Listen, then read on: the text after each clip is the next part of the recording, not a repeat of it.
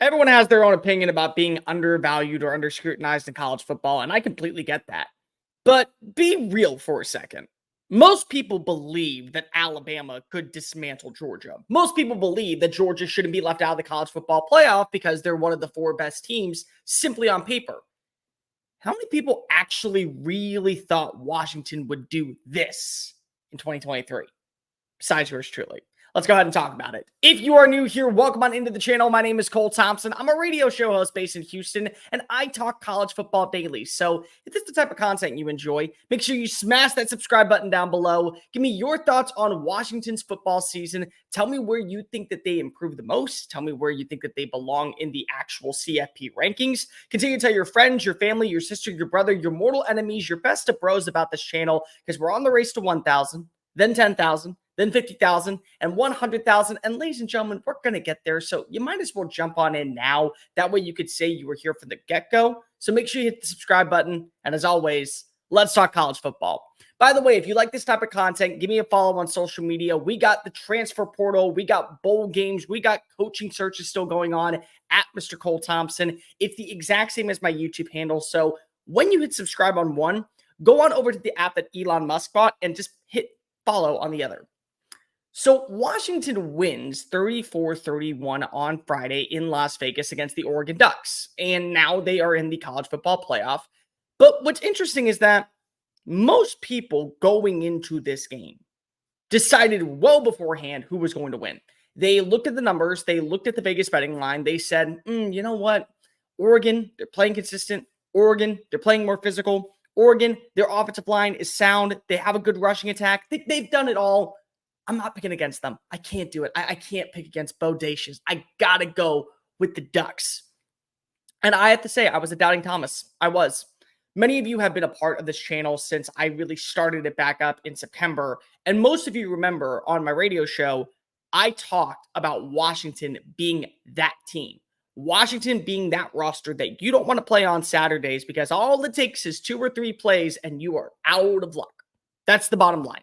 That's really what I believed about Washington. And then when they won against Oregon in Seattle, I said at that moment, Washington deserves to be the #1 team in the country. So I've been on Washington for a hot minute, and I truly will stand on my laurels and say, yes, if you look back at my Twitter feed at Mr. Cole Thompson, you'll see tweets of me picking Washington to go to the college football playoff at the start of the year, and I stuck to my guns until Friday afternoon when I made my selection and I said that Oregon would win. And so I'm wrong. I am completely wrong. And I'm sorry to the entire Washington faithful. I was loyal all the way up until week 14. And then at the 11th hour, I decided to jump off the boat.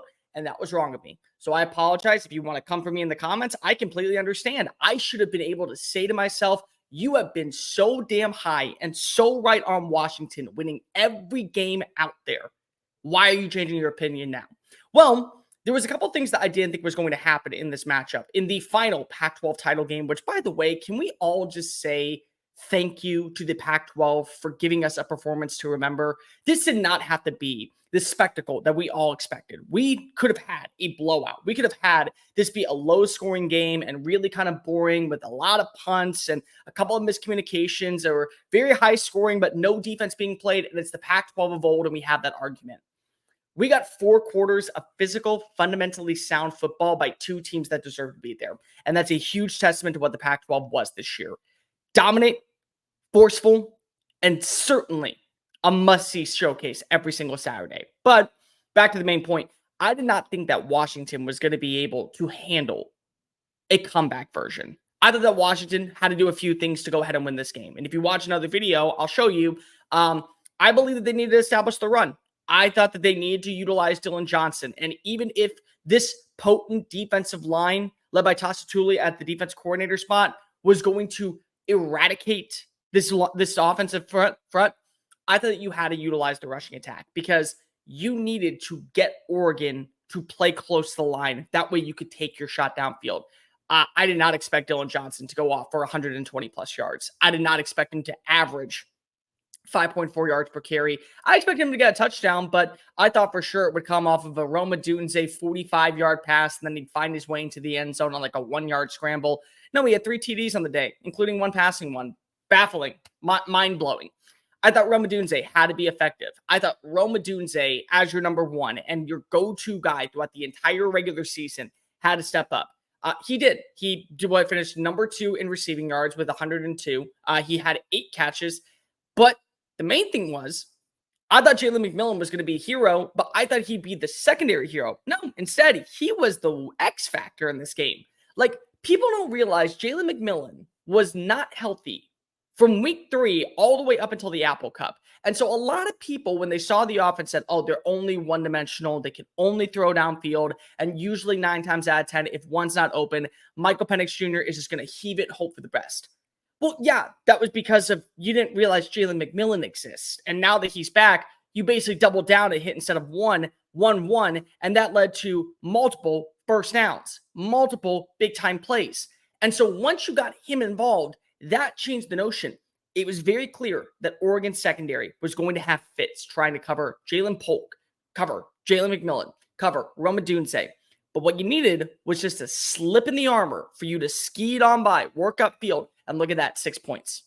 And that's exactly what happened. Michael Penix Jr., every single time that he needed to go to somebody deep downfield, number 11 was open. And there you go.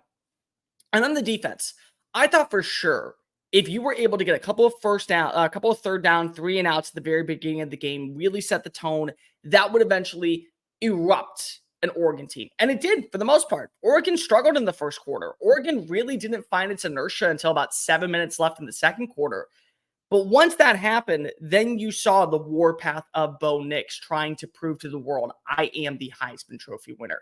I am the dude that you do not want to face on Sundays. I am worthy of finally being in the college football playoff, and I live up to my name. And for the most part, he did. It was a 21-0 swing at one point, and this is where Oregon gained ground. And I thought at that point, just like everybody else, oh boy, here comes Oregon. Here they go. Constantly, consistent. They have their identity. They've established it. And now it's just going to be a shoot and shot pathway all the way to the trophy case. That's what I thought. I think a lot of people would agree with me on that one. But every year, there's one team. There's always just one team that comes out of the blue. And you sit there and you go, this is the week they're going to blow it. And then it's like, nope, it's not happening. And it was Washington this year. I think a lot of people thought maybe it was going to be Texas because of the whole Texasing for decades on end. But it was Washington. Didn't matter if they were an underdog by 10 points. Didn't matter if they were playing in hostile environments like Research Stadium. Didn't matter if they were going up against one of the best coached teams in college football like a Utah. Didn't matter if they were facing off against a Heisman Trophy winner. Every single week, they found a way to find their identity, stick to their guns, and utilize that to their advantage. And they won. And they won 13 games. And more importantly, they found a way to fight back. They found a way in the fourth quarter, after Trayshawn Holding gets into the end zone, we're going to milk the clock. We're going to win this game. And it's a huge testament also to Kalen DeBoer and Michael Penix, because I truly believe a football team is based off of what their leaders act like. And the way that they kind of embraced each other after the game, and then they kind of went about their business like, good game, great job. That's a team that's dangerous. And that's a team that's well-balanced, and that's a team that's well-coached, and that's a team that I don't think a lot of people understand. If they're this fundamentally sound, there's not a lot of margin of error. And so if they can beat you with the deep ball, and they can beat you with a few explosive plays, and then they can consistently utilize these wide receivers and utilize a good rushing attack and get a good critical third down stop, that swings everything in their favor. And they're a team that can win a national championship. I truly believe it. I think a lot of people out there had to eat crow this past weekend. Very big national names. You know them. I won't say it because you already know who they are. I had to eat crow a little bit. Now, I said Washington was going to go to the playoff in the beginning of the year, but I doubted, and that was wrong of me. And so Washington is the team that once again shows you, if we are going to do this, we're going to do this our way, and we're only going to continue to believe internally. Screw the outside noise. Who gives a care what other people are saying? We are here because of we know we belong here. And the way they acted after the game kind of backed that up. Just another day at the office. We don't even have to have a watch party. We're that excited. We know that we just made history in Washington. Let's go ahead and keep this rolling. Let's go ahead and win a national title.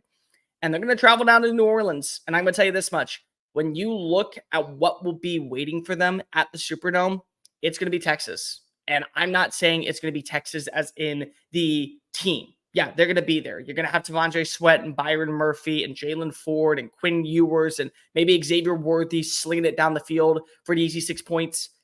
You're going to have Texas. You're going to have an entire fan base clad in burnt orange and white cascading over the Superdome. It is an easy 4.5 hour trip from Austin to New Orleans. They will be there. They will be there in waves. They will be there as rocking and rolling loud as humanly possible. This is going to be a game where you feel like the underdog.